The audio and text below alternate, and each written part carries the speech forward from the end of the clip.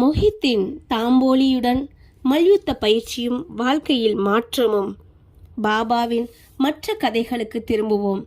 சீரடியில் மொஹித்தீன் தாம்போலி என்னும் பெயருடைய ஒரு மல்யுத்த சண்டைக்காரன் இருந்தான். பாபாவுக்கும் அவனுக்கும் சில விஷயங்களில் உடன்பாடு ஏற்படவில்லை. இருவரும் மல்யுத்தம் செய்ய தொடங்கினர்.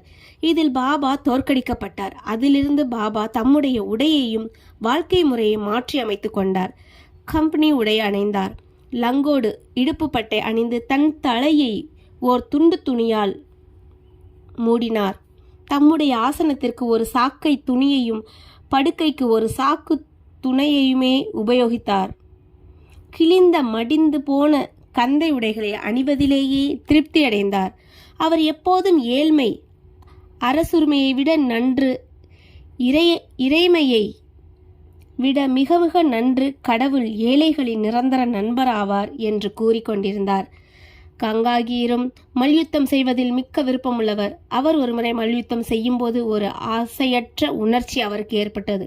அப்போது ஒரு சித்தர் அவரிடம் அவரது உடம்பை துறந்து கடவுளின் நிரந்தரமாக ஈடுபடும்படி கூறும் குரல் கேட்டது. எனவே அவரும் சம்சாரத்தை துறந்து கடவுளை நோக்கி திரும்பினார்.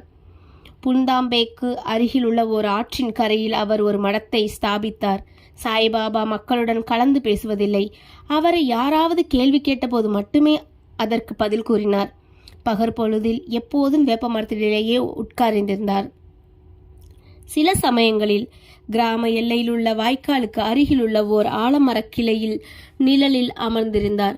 மாலை நேரங்களில் குறிக்கோளின்றி நடப்பது வழக்கம். சில நேரங்களில் நிம்காங் போனார். அங்கு தியம்பக டேங்லேயின் வீட்டிற்கு போவார். பாபா திரு பாபா சாஹேப்பை விரும்பினார். அவரின் தம்பியான நானா சாஹிப்புக்கு இரண்டாவது திருமணம் முடிந்தும் குழந்தைகள் ஏதும் இல்லை. பாபா சாஹிப் நானா சாஹிப்பை பாபாவின் தரிசனத்திற்காக அனுப்பினார். சில காலத்திற்கு பிறகு பாபாவின் அருளால் நானா சாஹிப்க்கு ஒரு புதல்வனை அடைந்தார். அதிலிருந்து சாய்பாபாவை பார்க்க மக்கள் கூட்டமாக திரண்டு வந்தனர். அவருடைய புகழ் பரவி அகமத் நகரை எட்டியது. அதிலிருந்து நானா சாஹிப் சாந்தோக்கரும் கேசவ சிதம்பரும் மற்றும் பலரும் சீரடிக்கு வர தொடங்கினர். பாபா பகற்பொழுதில் தமது அடியவர்களால் சூழப்பட்டிருந்தார். இரவில் உதிர்ந்து கொட்டும் ஒரு பழைய மசூதியில் படுத்தார். பாபாவிடம் இந்த நேரத்தில் ஜூட்கா புகையிலை, ஒரு டம்ளர் தகரட்டப்பா, நீண்ட கம்பெனி, தலையை சுற்றி ஒரு துண்டு துணி, ஒரு சட்கா குச்சி முதலிய சிறு சிறு உடைமைகள் இருந்தன. இவைகளை எல்லாம் பாபா எப்போதும் வைத்திருந்தார். தலையில் உள்ள அச்சிறு துணி நன்கு முறுக்கப்பட்ட முடியைப் போல இடது காதிலிருந்து முதுகில் தொங்கியது. இது பல வாரங்களாக துவைக்கப்படாதது. அவர் எவ்வித பூட்ஸோ காலனியோ அணிவதில்லை.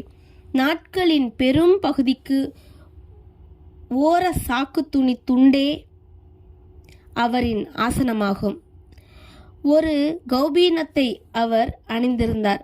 குளிரை விரட்ட எப்போதும் துணியின் புனித நெருப்பின் முன்னால் இடது கையை மரக்கட்டை பிடியின் மீது வைத்தவாறு தெற்கு நோக்கி அமர்ந்திருந்தார். அந்த துணியில் அகங்காரம், ஆசைகள், எல்லா எண்ணங்கள் முதலியவற்றை காணிக்கையாக போட்டார்.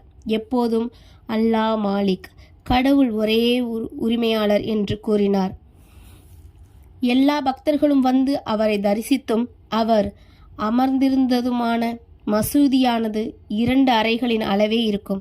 1912க்கு பிறகு ஒரு மாற்றம் நிகழ்ந்தது. பழைய மசூதி பழுது பார்க்கப்பட்டு ஒரு தாழ்வாரம் எழுப்பப்பட்டது.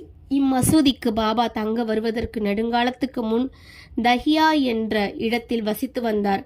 அங்கேதான் பாபா கால்களில் சலங்கை கட்டி அழகாக நடனம் செய்து கொண்டு அன்புடன் பாடினார்.